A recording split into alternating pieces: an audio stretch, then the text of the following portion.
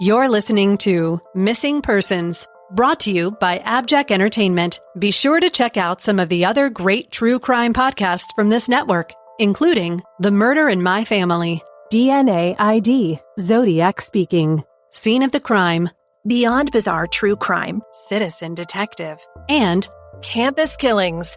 All of these podcasts are available for you to binge on right now, wherever you listen to podcasts. Subscribe where you're listening to this podcast so you don't miss an episode. The views and opinions expressed by guests on this podcast do not necessarily represent those of the podcast, its creators, or sponsors.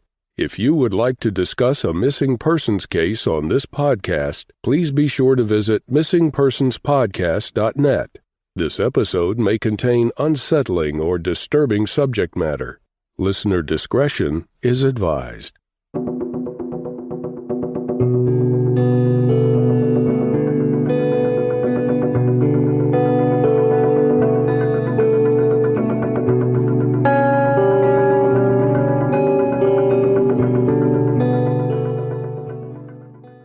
Welcome to Missing Persons, a podcast dedicated to spreading the word about people who have vanished under mysterious or unexplained circumstances and the family members who are looking for answers. I'm Jess Betancourt. And I'm Mike Morford. Together, we created this podcast to help give a voice to people who continue to search for their missing loved ones.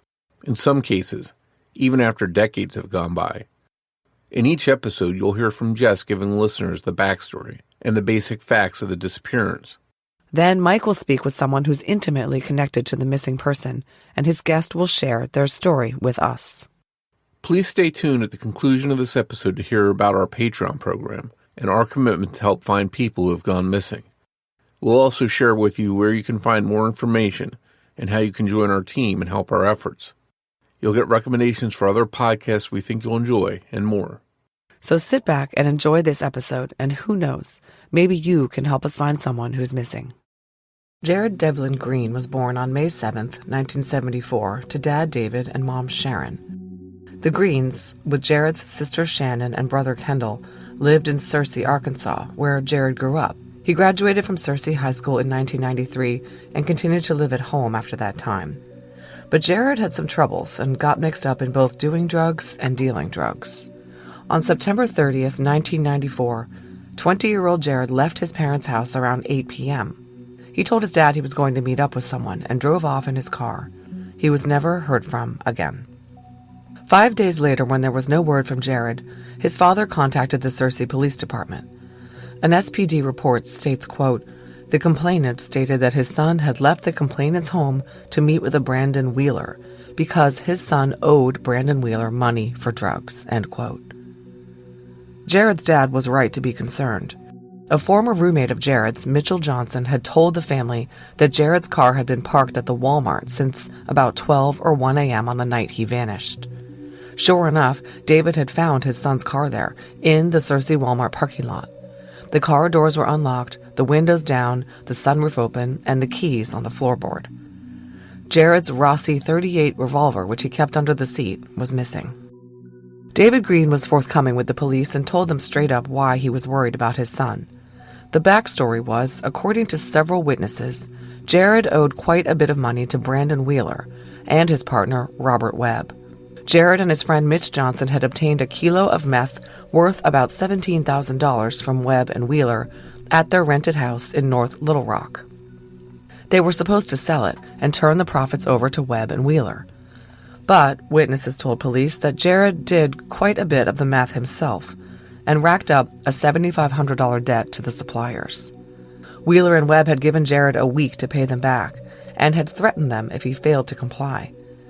They were known to have many guns in their rented home, and the family has reported that Jarrod was in fear for his life from someone they believed to have been Brandon Wheeler. The family was finally able to convince Jarrod to leave town, and he left his parents' home and went into hiding. But he stayed in contact by phone with people in the Searcy area, and soon he received word that he had nothing to worry about and no one was after him anymore. He believed them, so Jarrod returned to his parents' home, and a week later he vanished. Greg Brown, a friend of Jarrod's, backed up the story that Jarrod owed these guys a lot of money for the fronted kilo of meth, and he said that Jarrod told him that he didn't have any intention of paying Brandon Wheeler back due to being ripped off by Wheeler so many times in the past. Wheeler and Jarrod were the same age and went back to grade school together, so it seems really likely that Jarrod didn't really believe that Wheeler was a real threat to his life. On the last night he was seen, it is believed that Jarrod was headed to North Little Rock to meet with Wheeler and Webb at their residence on Cedar Creek. Several people who knew Jarrod well said he was scared about this meeting. Jarrod's girlfriend Shannon told investigators that on the phone, Jarrod had begged her to come along with him to the meeting with Webb and Wheeler on the night he went missing. Shannon said that Jarrod was acting out of character, crying, and begging her to come with him. She refused, and he left by himself. Shannon never saw or heard from him since that phone call. However, she received a call from an unknown male on October 9th, telling her not to worry about Jarrod, he was okay. Before he went to North Little Rock, Jarrod went to pick up his gun. This from a police affidavit, quote, Jason Hurst explained on the night of Jarrod Green's disappearance, Friday, September 30th, at 9:30 or 10, he met with Jarrod at the Searcy Country Club parking lot per Jarrod's request. Hurst explained that at that time he possessed Jarrod's .38 Rossi revolver. He was holding it as collateral for a $600 loan he had made to Jarrod, who told him that people were after him. Hurst went on to say that when Jarrod arrived, he requested he have his revolver back due to a meeting he was about to have with Brandon Wheeler. Hurst said Jarrod told him he needed the gun for protection against Brandon Wheeler. Hurst said after he gave Jarrod his gun, he told Jarrod to be careful and then left the area, end quote. This was the last known interaction with Jarrod. He didn't come home and he didn't call. His father found his car in the Walmart lot with the gun missing and filed the missing persons report. The gun turned up 12 years later in Seattle on some felons who were arrested. After receiving the missing persons report about Jarrod, the Searcy PD investigated the case somewhat, although they told the family that there was not much they could do since Jarrod was an adult. They searched his car and lifted several latent prints that proved to be unworkable. It remains unknown whether Jarrod or someone else parked his car at the Walmart. When police attempted to track down Webb and Wheeler, they learned that the men had moved out of their North Little Rock rental home and left town in early October, within days of Jarrod going missing. Another associate of Wheeler and Webb's, Baron Stafford, also split town, and the police couldn't locate him either. Many phone calls between the homes occupied by Webb and Wheeler on the one hand and by Baron Stafford on the other hand had occurred over the few days leading up to Jarrod's disappearance. But after October 4th, all calls stopped. About 9 months after Jarrod went missing, another man went missing. This was Brandon Wheeler's roommate and drug-dealing partner, Robert Webb. He was reported a missing person by his mother. Webb had reportedly been running his mouth to the effect that he was involved in what happened to Jarrod. Police notes indicate that one theory about what happened to Webb is that he was murdered by Brandon Wheeler and his brother. Webb has never been found. A seasoned investigator on the 17th East Judicial Drug Task Force joined the case in 1995, working alongside the Searcy PD Sergeant Tim Webb, the state police, the DEA, and the FBI. His notes say that while on the drug task force, he heard rumors that Jarrod Green had been killed by someone hired by Wheeler over a drug debt, and this information was common knowledge. On September 17, 1995, almost a year after Jarrod went missing, a Charles Langley made a statement to police. Langley was in the White County Detention Center facing charges of possession of firearms, drugs, burglary, and theft by receiving. He told investigators that he'd been moving meth by the pound for Webb and Wheeler. He related that in late 1994, shortly before Jarrod went missing, quote, Brandon Wheeler and Robert Webb came to my house in Higginson. They had come to sell me some crystal. While there, they asked me if I wanted to get rid of someone for them because he owed them $7,500. The guy they wanted to get rid of was Jarrod Green, end quote. This Charles Langley said the drug dealers offered him $1,000 to take Jarrod out. He refused. He said a few days later, Webb and Wheeler told him that Jarrod was no longer a problem. They had grabbed Jarrod at a Walmart and took care of him. Langley said that Webb and Wheeler had a lot of guns. Separately, Langley also told this information to a Detective Morgan of the White County Sheriff's Office. Meanwhile, another witness told police that Jarrod had been killed and burned in a barn over a drug-related debt. Unconfirmed rumors indicate that he was taken from the Walmart and disposed of. SPD officers concluded that Jarrod was likely deceased and that Wheeler had murdered him. But they did not pursue charges because they felt the evidence against the drug dealers was insufficient, since they didn't have a body or any physical evidence. On March 9, 2000, a Searcy PD officer named Charles Perry interviewed Charles Langley again about the September 1995 statement he'd made about being asked by Webb and Wheeler to get rid of Jarrod, and them later telling him that it was handled. In this subsequent interview, Langley recanted his earlier statement. He said most of the earlier statement was a lie, and he was just trying to curry favor with police for a lighter sentence. He said that the info about Jarrod being killed and Wheeler and Webb asking people to kill him was, quote, stuff that was being spread around the drug community. On December 31st, 2000, another close friend and roommate of Brandon Wheeler took his own life. This was Baron Stafford. You'll recall that Stafford was the man who had lots of phone calls back and forth with Wheeler and Webb right up until they all left town after Jarrod's disappearance. Prior to his suicide, Stafford told his cousin, who was also his pastor, that 2 people had been murdered and he knew who did it. His cousin/pastor reported this to the SPD after Stafford's death. Years passed. On November 2nd, 2016, several officers with the Searcy PD reopened the Jarrod Green case. They were detectives Adam Sexton, Mark Kidder, and Nick Darnell. The agency pursued the case actively. They re-interviewed several witnesses who reiterated that there was a conflict between Brandon Wheeler and Jarrod over a drug debt. A thorough search was conducted of a rural property mentioned by Baron Stafford as the place where Jarrod had been disposed of. A cadaver dog named Gunner searched the property on December 13, 2016. Gunner exhibited an interest in a certain spot near an old deer stand. So on December 13th, 2 additional dogs, Savvy and Shy, were also brought in, and both reacted to the same spot where Gunner had shown interest. However, no human remains were found on the property, even though a pond was drained. Police believed it was possible Jarrod's body had been there at one time, but perhaps was moved.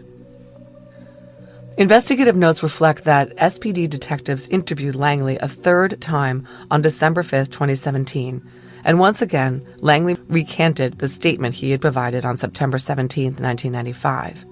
However, a polygraph exam which Langley submitted to indicated deception on at least one question. Prosecutors decided to go ahead and charge Brandon Wheeler for Jarrod's murder in a no-body homicide prosecution. On April 6, 2017, Judge Edwards found there was probable cause to believe Brandon Wheeler had killed Jarrod and issued a warrant for Wheeler's arrest on charges of capital murder and abuse of a corpse. Wheeler was arrested in Ohio and brought back to Arkansas. He was released on bail while his case wound its way toward trial. The prosecutor warned the Green family not to get their hopes up. It wasn't a strong case, and it seems the intent was likely to strike a bargain with Wheeler, whereby he would be tried on lesser charges if he revealed the location of Jarrod's remains. But he didn't talk, and on November 9, 2017, the prosecutor moved to null pros the charges against him. The reasons for the null pros were, quote, additional evidence is expected to be recovered, and DNA testing would not be completed within the time frame set by the court, end quote. Sergeant Steve Hernandez explained in 2018, quote, in a case like this, we have one shot at getting a suspect prosecuted and in jail. We want to make sure that the one shot we get everything right, end quote. But the situation was complicated by the fact that Wheeler's attorney successfully argued that there were some irregularities in the police arrest warrant affidavit. So the decision was made to drop the charges before double jeopardy attached, so the case could be preserved for a possible future prosecution in the event more evidence was located. After the charges were dropped, Wheeler sued the city of Searcy and the officers who had brought about his arrest, alleging that various constitutional rights were violated when he was arrested. That lawsuit was settled for an undisclosed amount in March of 2022. Shannon tells us that now 3 new detectives from the Searcy PD have been assigned to Jarrod's case. The family feels that at last the case is being actively investigated as a homicide, and the police are committed to finding Jarrod. Additional searches are planned for Jarrod in 2023 based on tips from witnesses. Unfortunately, Jarrod's father passed away without knowing what happened to his son, but the remainder of Jarrod's family continues to have hope that he'll be found, and they can bring him home.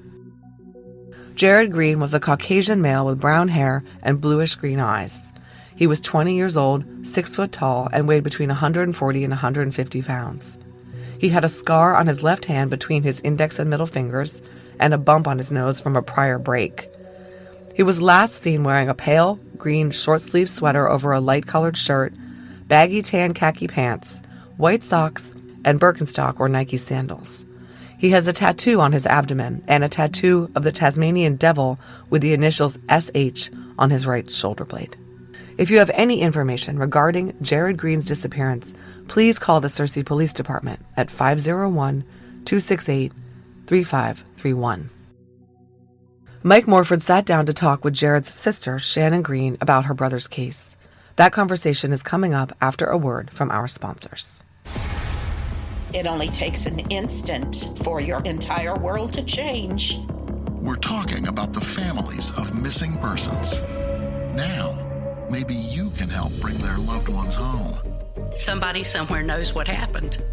Dateline Missing in America, the hit podcast, returns with an all-new season. Listen now wherever you get your podcasts.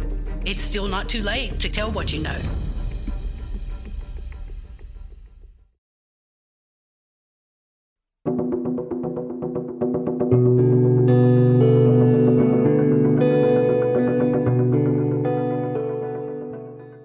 Hi, Shannon. Thank you for coming on Missing Persons to discuss your brother Jarrod's story with us. Hi, Mike. Thank you for having me. I appreciate it. We're happy to have you here. You've been looking for Jarrod now for almost 30 years, and I'm curious when I talk to someone, whether it's a few months they've been missing or a few years, it's always tough. But how tough is it when your family's been missing a loved one for 30 years to go on with no answers? It's really hard. That's probably the most of an understatement that you can have. It doesn't get any easier just because 30 years have passed. It still feels almost as fresh as it did when we first kind of were going through that first year after he disappeared. It's not as quite as painful because we've kind of adjusted to it. You learn to live with it. So it's not as bad, but it's still there. It's ever present. It won't go away until we, in Jarrod's case, find his remains.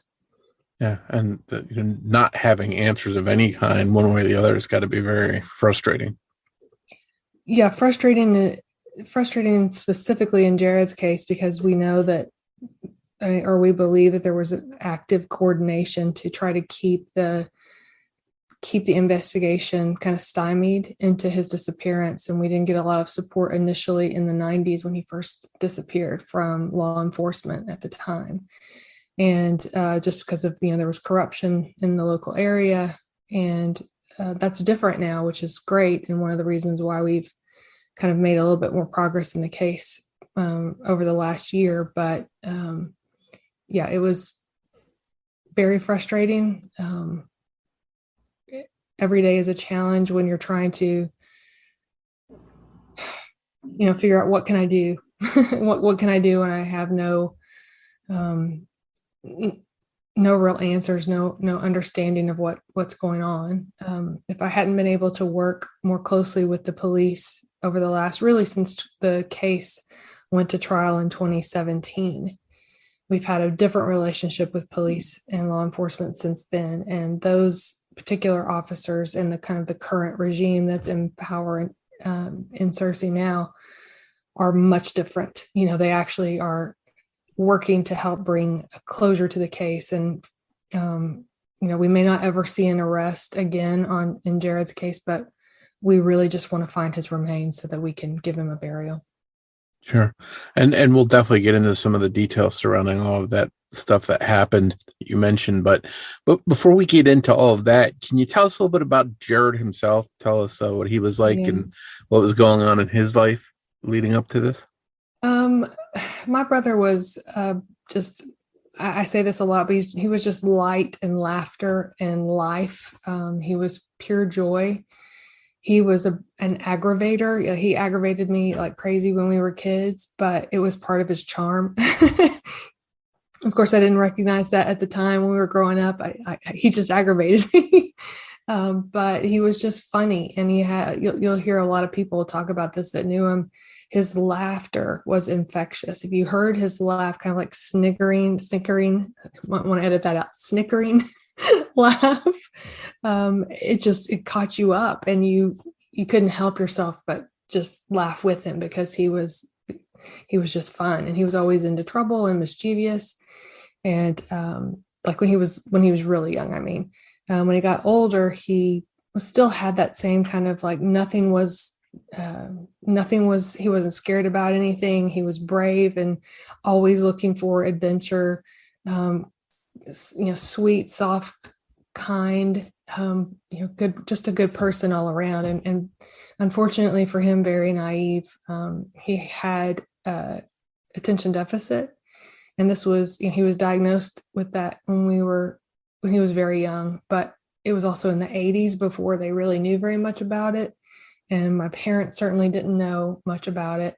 We just knew that he was super smart. His IQ was like genius level, off the charts, but he struggled in school. He couldn't concentrate. He was not really super hyperactive, but he had lots of energy.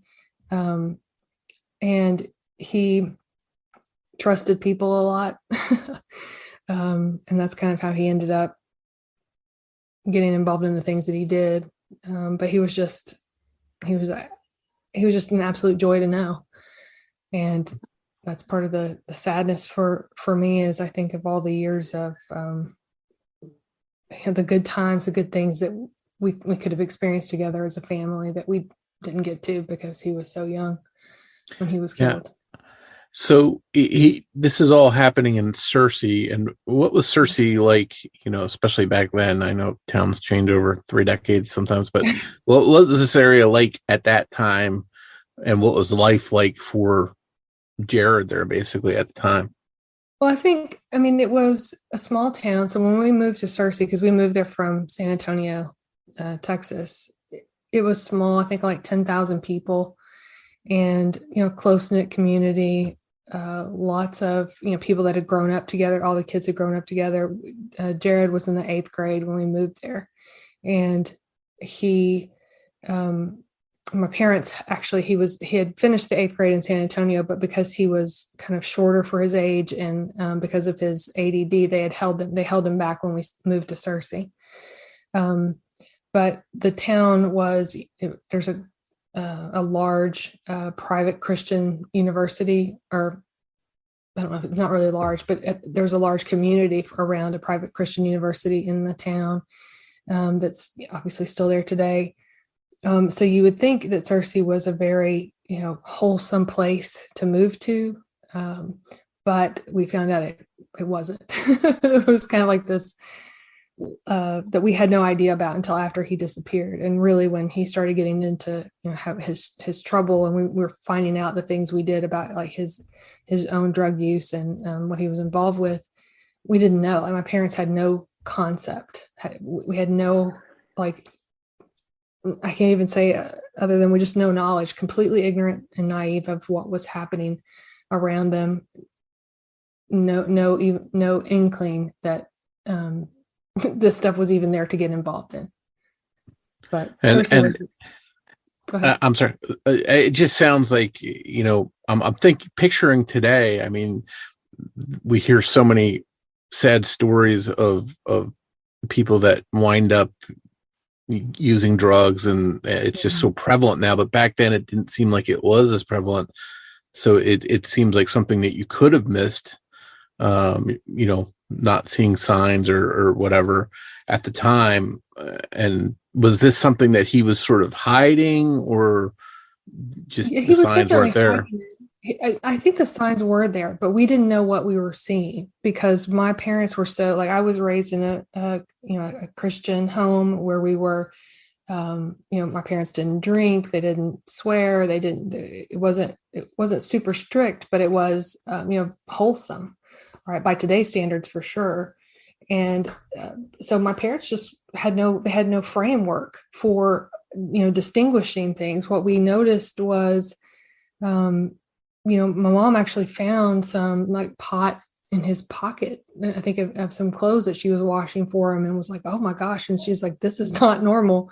And that's the first like inkling I think we had, was that something was wrong, because he wasn't doing, he was smoking pot or whatever, but he wasn't doing hard drugs until later.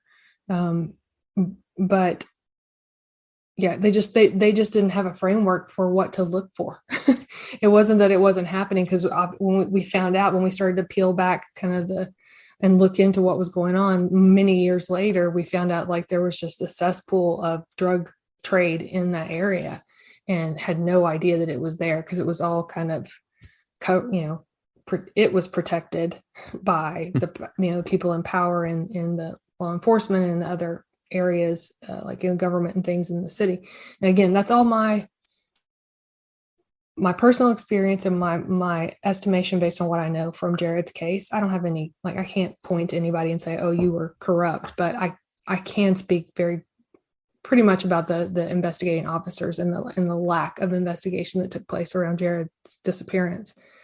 But yeah, there was just no framework for my parents at all, for what to look for when Jarrod started using.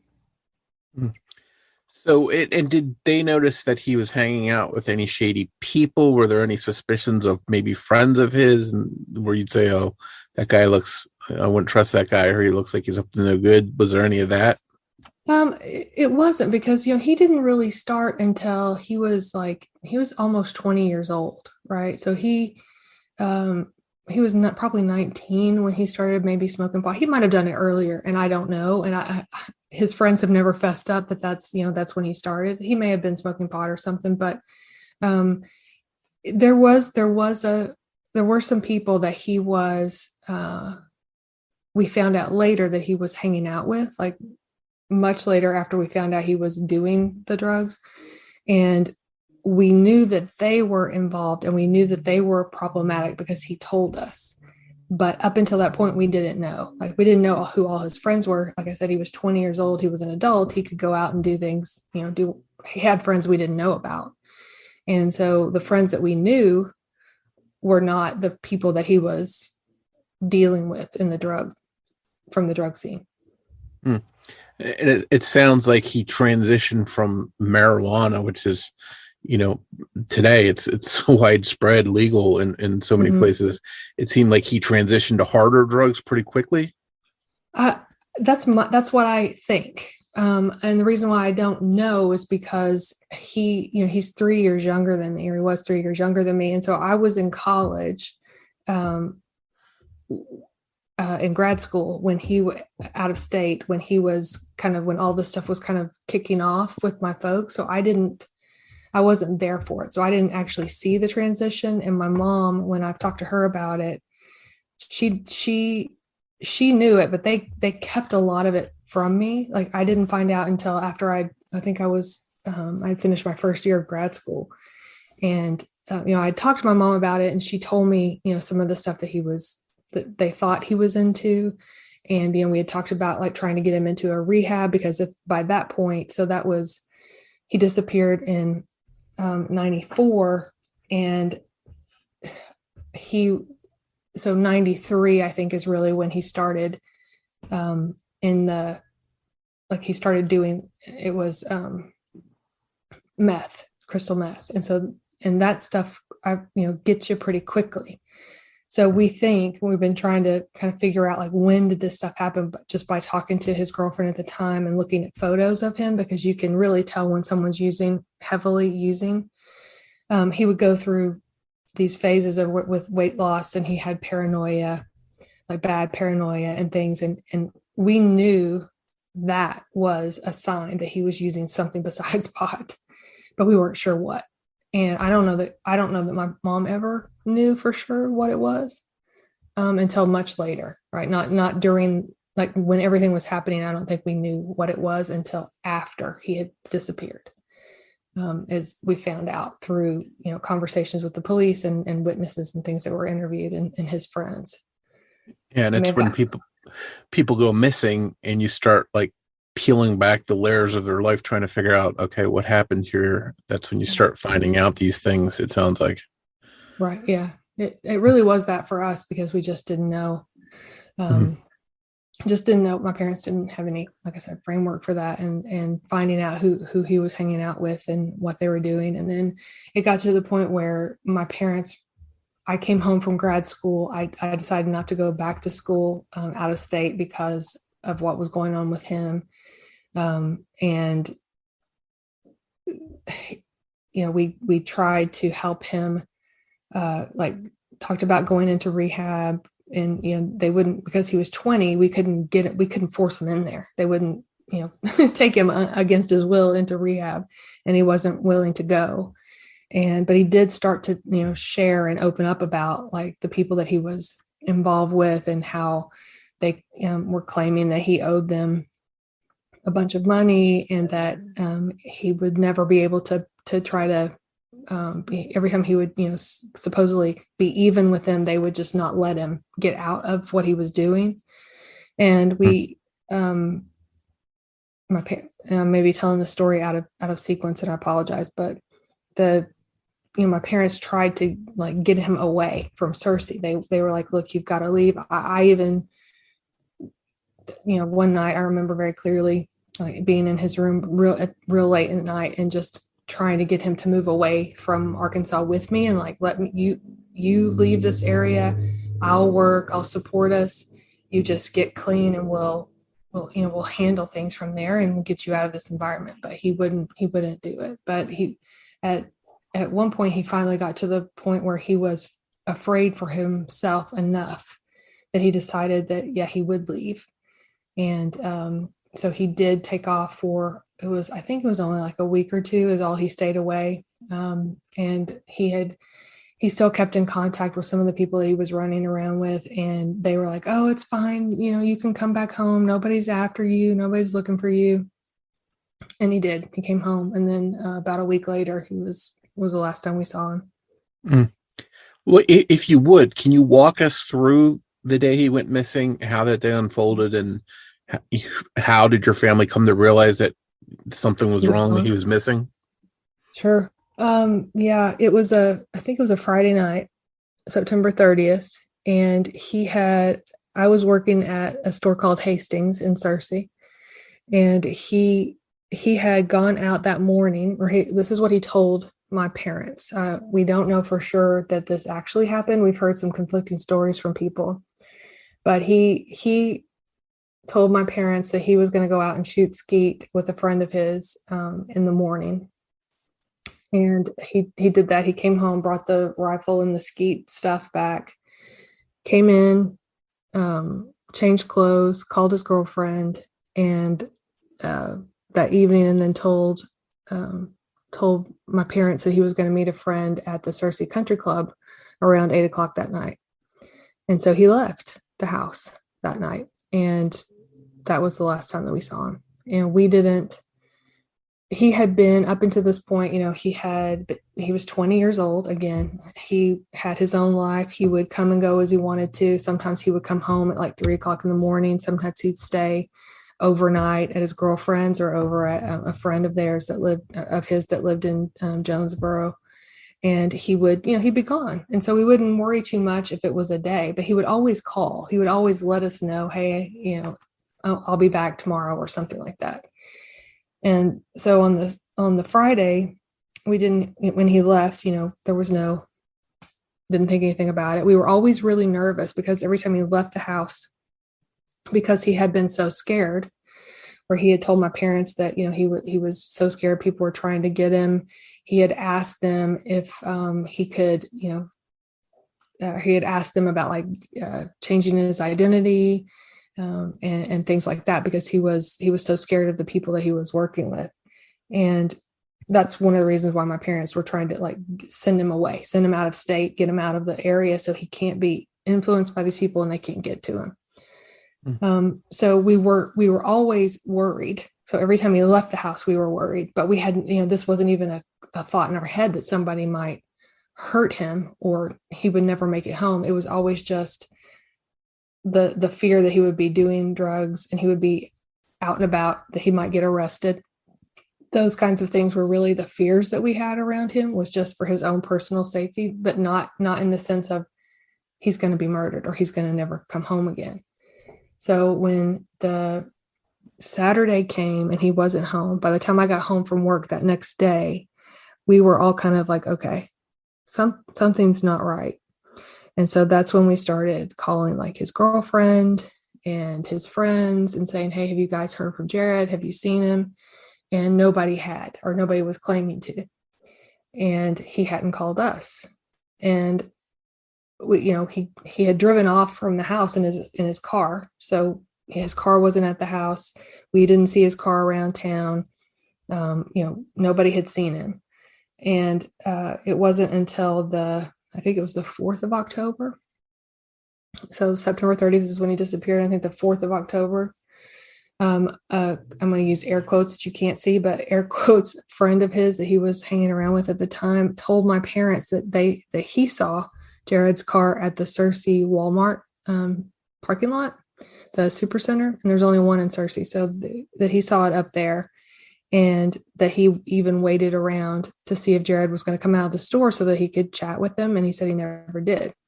Well, this guy saw Jarrod's car there. He claims that he saw Jarrod's car there on the Saturday, but he did not tell my parents until the 4th. So that would have been the 1st that he saw the car, but he didn't tell us until the 3rd or the 4th. And so when we heard that, we were like, something is not right, because Jarrod would not leave his car up there and not be in touch with us and not be in touch with anybody that he knows. And so I believe my dad and I went up to the Walmart to get the car. And when we found it, not to get the car, but just to look at it, right, to go see if he was there. And when we found the car, the sunroof was open, the windows were down, the keys were thrown up under the front seat. All of his, he had a bunch of junk in the trunk that was like clothes and stuff that he had in there from when he had left town. And it was all in there, but he was nowhere to be found. He was not in the Walmart. He was nowhere. And so we brought the car home, and I believe my parents, and I'm sorry, my dates of when we actually called the police are kind of fuzzy, but I know my parents contacted the state police, the local police, the DEA, and the FBI. And what they were told basically was, he's 20 years old. He's an adult. If he wants to walk away from his car, he can. And that there was not a whole lot they could do. That's a outdated thinking. From everybody I talked to, that doesn't happen as much anymore, but that was definitely a lot more common then, to just sort of brush off someone as they're an adult, they can go missing, especially when he's got told people, I'm worried for my safety. Right. You think they would have taken it more seriously. Now, I know when he was reported missing, correct me if I'm wrong, I think your father gave a name that he had supposedly gone to see Brandon Wheeler in Little Rock. How did your dad come up with the name? Did somebody specifically say that? Did Jarrod specifically say that he was going to see him at some point? No, he didn't tell us that he was going. Jarrod did not tell my dad that he was going to meet Brandon. He told us he was going to meet a friend. We did not know it was Brandon until I think it was Mitchell Johnson, the guy that found his car. I think he's the one that told us that that's who he was supposedly going to meet. It could have been Greg Brown, who was one of Jarrod's best friends, could have told us that that's who he said, because Mitchell and Greg, and I think others, all told the police that Wheeler was the one that Jarrod was going to meet that night. We didn't know at the time that's who it was.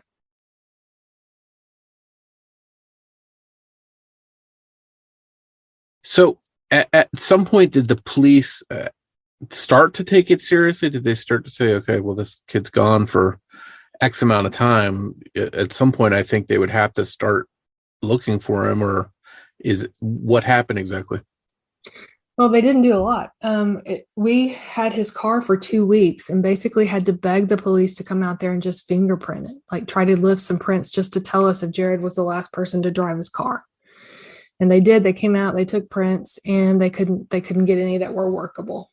I've read the police file, like the case files, the initial case files from the first investigative officer. And if you read that, but if you read it, you look and there's a lot of it's just factual information. Like my dad called, he said this, we talked to this person. It looks like they're doing stuff, but really they didn't do anything. They never ever talked to Wheeler. They couldn't find him. They talked to people around Wheeler, but this is a kid who is 19 years old and lives in the town and has a house in Little Rock that they were supposedly surveilling and looking for them, but they could never find him.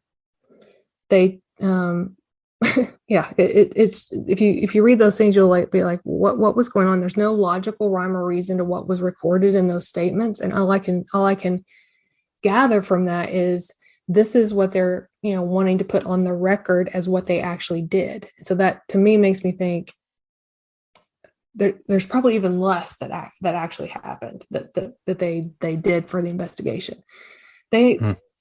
We were always the drivers, right? My parents were the ones contacting them. Hey, we haven't heard from him. Here's what we know. Here's who's the last person we know to talk to him. I mean, we went to the Wheeler house in Little Rock. Jarrod's friend Greg took us to that house, or took my dad. No, I'm sorry. Yeah, I think it was Greg. It may have taken him to that house and to try to find him. And I take that back. There was another guy that took my dad there, not Greg. It was a guy named Jason Hurst, who is also the guy that Jarrod actually met at the country club. And so Jason is one of the last people to see Jarrod that we know of, or at the time we knew of. We've since had another witness come forward who claims to have seen Jarrod later that same evening of the 30th. But I can't share much about that because that's part of the new investigation, and we don't want to reveal a lot of information about that person or what they've shared with us about where they saw him and what time. But Jason Hurst was the person that Jarrod actually met at the country club, and he's the one that took my parents or my dad to the house, the Wheeler house in Little Rock, to see if Jarrod was there, because that's what they were trying to do, or find Brandon to ask what was going on, like where is Jarrod. And now it was reported that this Brandon Wheeler was a drug dealer and that your brother was into him for some serious money. I read one report, I think it was $7,500. Right. Was there any verifiable truth to this? And what did Brandon Wheeler have to say when he was finally talked to? Well, he was never talked to until 2016. And in that conversation, I don't know what he said to it. He claimed that he didn't know Jarrod at all, that he hadn't had much to do with him since high school. And that's a lie, because he was living across they had an apartment together at one point, or not together. I think Jarrod and Mitchell Johnson were living in an apartment that was across the hall from Brandon and this other guy, Rob Webb, who were, Rob and Brandon were a pair of, basically they were, I don't know what you call them, but they both were besties, and they were kind of the Jarrod's conduit to the drugs. They were the dealers, or whatever they actually were, that supplied Jarrod, that Jarrod would get the drugs from them. So so police never talked to this guy for a long time, even though his name came up, rumors that your brother owed him money, things like that.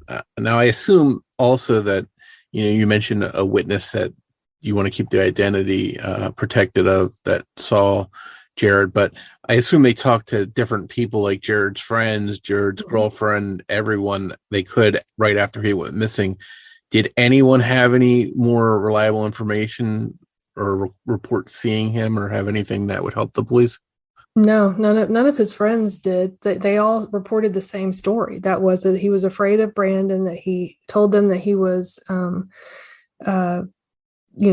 feared for his life. He had gotten his gun. He had given his gun to somebody, and he had gotten his gun back that night that he disappeared. And I think that's what he was meeting Jason Hurst in the country club parking lot for, was to get his gun back before he went to Little Rock. And all of his friends, all of the witnesses that we have, all shared Brandon's name. There were multiple people that pointed to Wheeler and Webb and said, if you're looking for any information about that, these are the people you should talk to. Over and over again. That's who we should talk to. And the police did, they supposedly surveilled. They contacted the Little Rock police to see if they had any intel on Rob or Webb and Wheeler. They were told, they found the house that they were living in. They ended up somehow they searched the house in Little Rock. I these things kind of run together in my brain, so please forgive me for that. And the police, the documentation will give you more of a clear timeline of things than my brain can. But they didn't.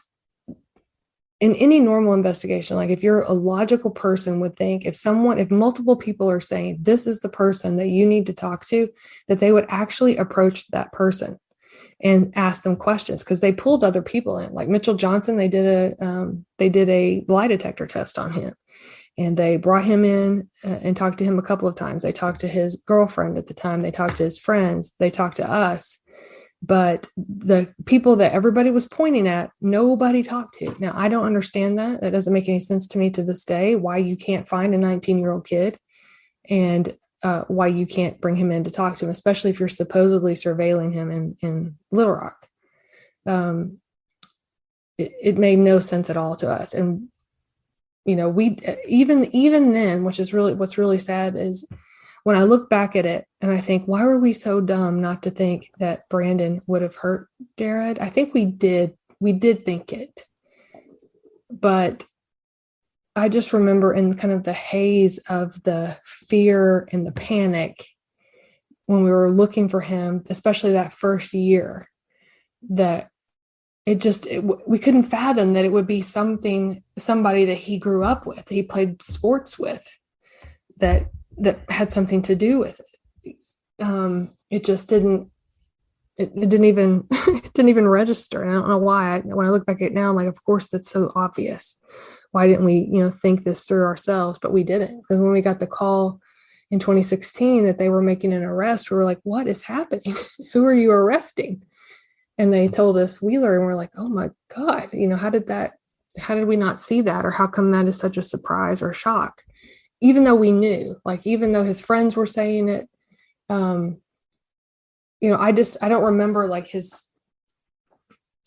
I don't remember why we were kind of blind to that. I think our concern was just finding him. We just wanted to find him so badly.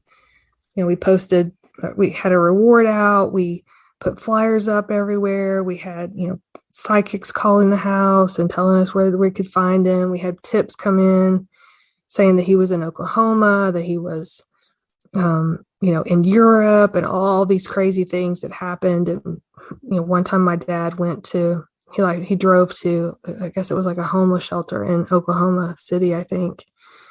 And, he went to go get him. He thought, oh, this is really Jarrod. I'm going to go get him. And I don't know how many months this was after he disappeared, but because that time is not clear for me. The trauma of it is blurred it all in my brain. It all kind of runs into, it's all the same day, basically, is how I feel about it.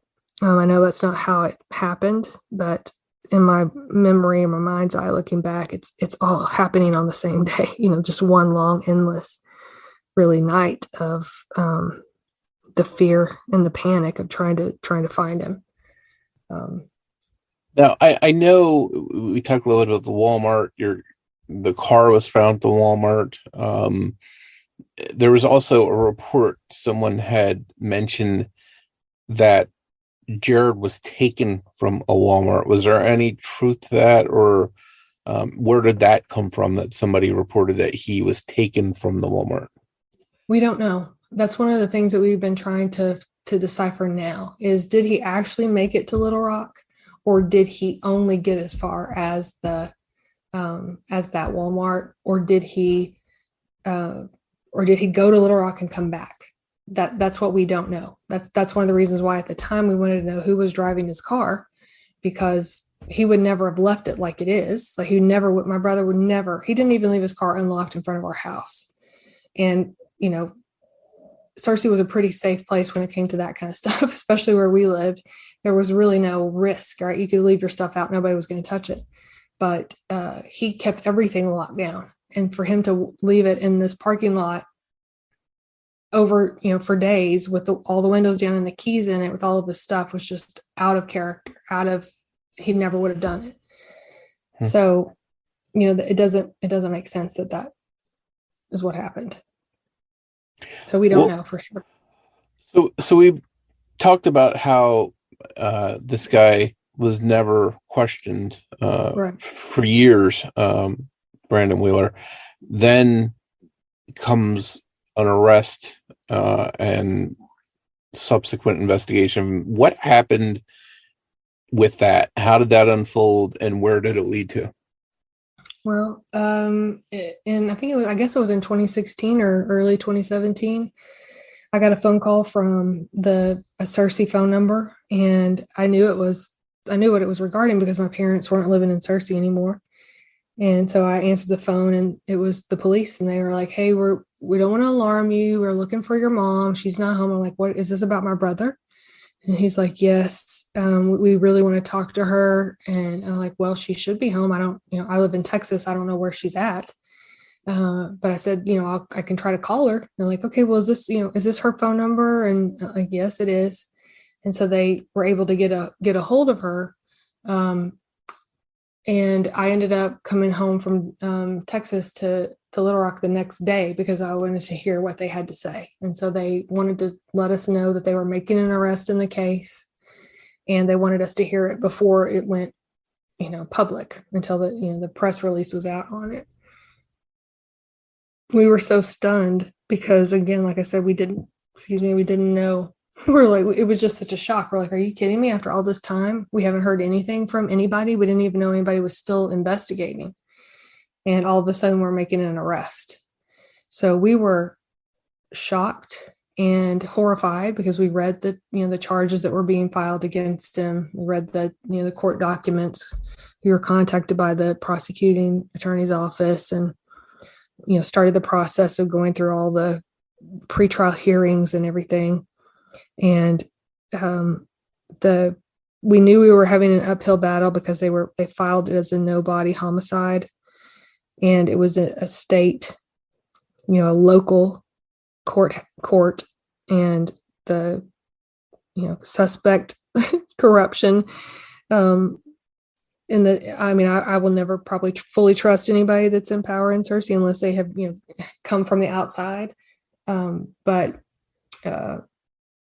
anyway, we were brought into these hearings and went through the emotions. He was arrested.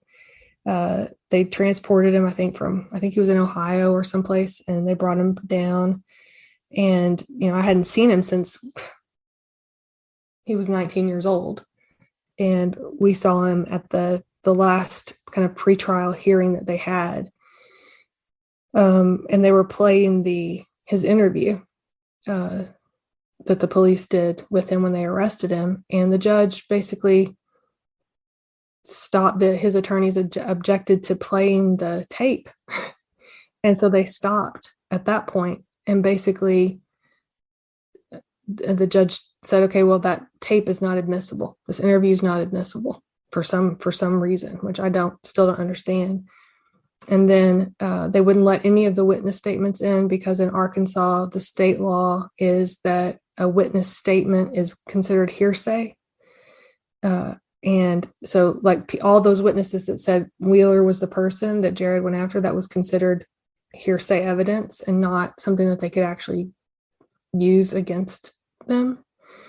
So they decided that they didn't have enough to move forward with the case because they didn't have Jarrod's remains, and they had looked on a particular location. They'd searched, gotten some cadaver dogs to go out to a particular piece of land that had been identified as, because there was a third kid that was involved in this kind of group, and he had told I believe it was his uncle, basically what happened to Jarrod. And this kid was in drugs, and his uncle, that kid killed himself. And after the kid killed himself, he contacted the Searcy police and said, "Hey, my nephew told me these things about this boy who was murdered." And we didn't know any of that. Like, we didn't find any of that out until 2016. But so they were searching on the land that was mentioned in that letter, and they found some things they found some like indications where they thought the ground had been disturbed, and they thought that the cadaver dogs hit on, but there was nothing concrete in it, right, that they could actually use to move forward with no remains that we could use. And so that basically was the end of it. They decided that they would what they call null process the case. So they withdraw charges so that they could reserve the right to charge him again because double jeopardy hadn't been applied. And that's it. And that's the last we heard from the prosecutor's office about it, was in 2017. Well, that had to be a huge letdown to think, okay, we're on the verge of something happening here, to nothing, to the case is basically dropped for the time being. Yeah, it was really hard because you go from, you get into, and anyone that's been through this, you can understand this, but you get into a kind of a rhythm with your life where you have this huge hole, you have this huge loss, and you have all these unanswered questions, and the not knowing for sure, like, is he really, did somebody really kill him? What happened to him? Because we still don't know that, right? We believe that he was murdered. We believe that he was, we believe that he was murdered, and then he's been gone all this time, but we don't know because we don't have the remains, right? We don't have a way to say goodbye to it. And so you go through your life with that kind of hanging over your head, and then somebody all of a sudden says, "Oh, by the way, we think we figured it out. We're going to fix it." Not fix it because you can't, but we're going to do something about it, and we might be able to bring Jarrod home, because really that was what we thought we would get out of this. The prosecutor told us that she didn't think that there was much of a case, right? To not get our hopes up that we were ever going to get any kind of a result from the case before they dropped the charges. And we were like, why are we going through this then? We just want Jarrod's remains. And they even asked us if we were willing to, I think they even said, are you willing to drop the charges if he'll tell us where Jarrod is? And my mom was yes, she absolutely did. I was not so forgiving, because I think that he ought to be punished for what he did, and really what he's done to destroying all of our lives, because it wasn't just Jarrod whose life was lost that day, that he disappeared, right? It was my whole family's. Sure. You can never get him back, and that's what you've had to live with this whole time. It's understandable that you'd be affected that way. And it turns out that this Brandon Wheeler, your brother, wasn't the only person connected to him that went missing. Wasn't there another friend of his or another man that knew him that went missing as well? Yeah, that Rob Webb guy, who was his partner in the drug trade, also went missing 9 months after Jarrod did, but his family didn't report him missing for, I think it was like close to a year after he disappeared. Were there any clues in his case? Was he ever found? No, he has not been found, and no, his family has not been super cooperative with the police to help find him.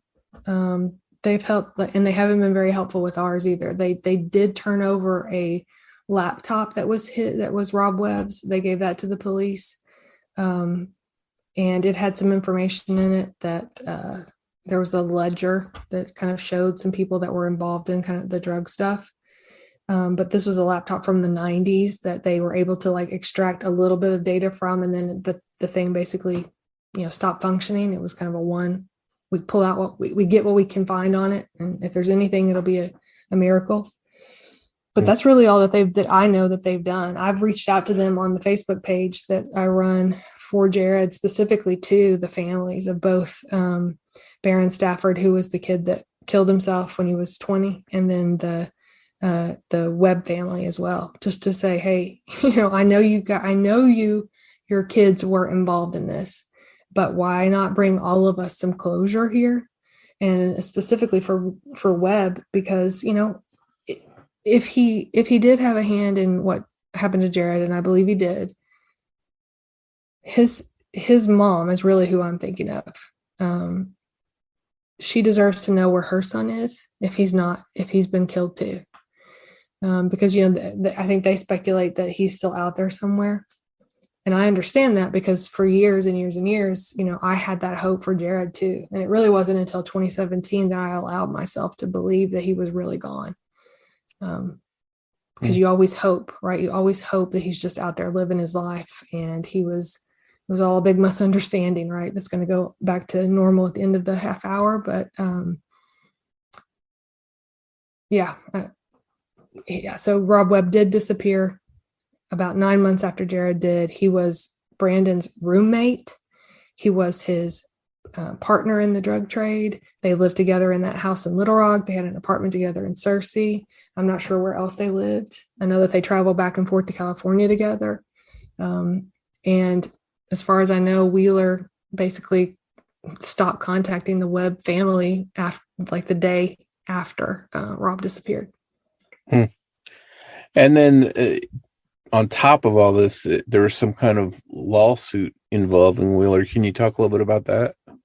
Yeah, that I don't know as much about because I wasn't involved. But yeah, Wheeler sued. But when the charges were dropped, he decided to take action against the city of Searcy and those police officers specifically that arrested him, saying that his constitutional rights had been violated when he was charged, and all these things. And so they ended up settling that out of court. And so there was kind of this 2-year period where they were fighting about that, where the police were, really couldn't do anything because these officers had done nothing wrong, but were put into a position where they were kind of left holding the bag for some mistakes that others made. And I it was the judge and the prosecutor who signed off on the warrant for his arrest, because they were trying to claim that the warrant was obtained from false pretenses or something like that.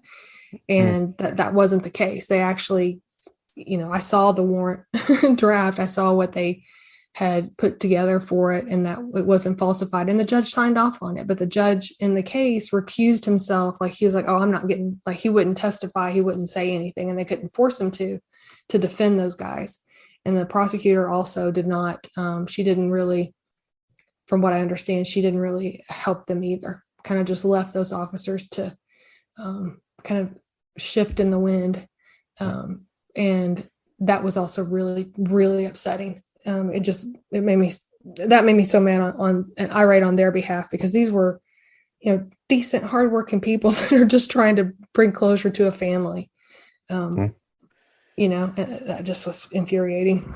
And then the suspect in the case turns the tables, and he's got a lawsuit against the investigators. It's not, and to throw it out there, he hasn't been convicted of a crime here in this case we're talking about, but the fact that he's up there as a suspect, and they were trying to try him and get him convicted, says that he's a suspect. So it's not anything that's not already out there. You talked a little bit earlier about having some hope originally, and then sort of losing it and coming to grips with the fact your brother, in your mind, it sounds like you've accepted that he's not out there. You just want to have his remains. Was he ever declared dead? No, not officially. We could have had him declared dead, legally dead after 7 years, but my parents just couldn't do it. Because we just kept hoping. We just kept hoping that we were wrong and that he was out there and he had just gotten scared and left. But we knew that instinct. We knew that wasn't true because Jarrod never would have done that. He never would have let us worry about him this much. He wasn't like that at all. He was too caring, too sweet natured to do that, especially to my mom and my dad. He just wouldn't do it. And so we knew instinctively that he wasn't able to get home to us, right? We knew he couldn't. But oh gosh, I'm gonna get upset. But you always hope, right? You can't stop yourself from hoping that you're going to be wrong. And that, I mean, even this is so ridiculous, but even just yesterday, my mom and I were interviewed for the local Little Rock news, and there was a story that aired on Monday night of this week, and my mom got some flowers yesterday with a card that just said, "I love you, Mom," and it wasn't signed, and they were from my youngest brother Kendall. But for a second I was like, oh my God, what if Jarrod saw that? What if he saw that broadcast of my mom and he sent her those flowers? And I had, even now, knowing that we're looking for his remains, I still had that thought. And it was so horrible, to think of, because I had hope for a second. I was like, oh my God, please let that. And then it dawned on me. I was like, what are you saying? These flowers are from Kendall. They are not from Jarrod. He's gone, and you just have to accept it. But even now, after all we've been through, I still pray that this is all a mistake. Well, you do. It sounds like you have more faith now in the police and investigation, and there's the door still open for something to happen in the future. I guess part of it is maybe finding your brother's remains or finding some other evidence that helps solve the case. What do you think at this point can be done, or is there anything that's planned as far as searches? What can be done at this point to try and have some kind of answers here? I think the biggest thing for us, really, what I ask for every time when I'm on the Facebook page, is really just help us locate his remains. And if there's anybody, mostly because everybody that's around the case, like the people that were most closely associated. So Rob Webb, he's missing or he's dead. Mitchell Johnson in prison. Barron Stafford killed himself. The law enforcement officers that were investigating at the time, some of them were arrested themselves. Some of them have gone on to do other things. Some of them are dead, but we're running out of witnesses, and we're running out of people that actually were there as time goes by. And so we need people who were there, who remember, to tell us what they know. And we do have 2 cadaver dog search teams that are supposed to check out. There's 4 locations that we have identified through various witness statements that we are going to search. And there's some, kind of some legal elements that have to be stepped through to get those search teams on some of the land that we're trying to get access to. So that's kind of a holdup right now, but we're in the process of doing that. So we're just hoping that those turn up things, because that's our best lead. And then any of these other witnesses that come forward, like the one I said that gave us a later time frame for when Jarrod was seen, that's so important. A lot of people don't talk because they're afraid they're going to get charged with some sort of drug charge. And that's not the case. There's statute of limitations is run out on any of the drug charges probably that could have been, that would apply at the time. And we don't care about that. We just want to find Jarrod's remains. We want to bring him home. And honestly, I don't think Wheeler will ever serve a day in jail. I don't expect that to be the case, right? And like you said, he has no charges presently against him. He's free to do whatever he's going to do, and he's been free for nearly 30 years. But we need people that remember to tell us what they know. We need to get those searches, and that's what we're working on, is getting those dog teams out to search those areas. And that's really all we can hope for, right? Is that somebody will remember something and they'll come forward. There was a housekeeper at the Wheeler house in Little Rock that was also like a witness. She had seen Jarrod on the 28th at Wheeler's house, and she was interviewed by the FBI for this. Like, they were using the FBI, I think, at some point in this in the many hands that have been through the case. And but she's dead, so we can't talk to her about what she saw that day and what she knew about Wheeler and Webb. So we're running out of options, and so that's what makes it so pressing now. Is, you think, first of all, you never think it's going to last this long, but then when it starts to, you think people have got to start talking. They just can't.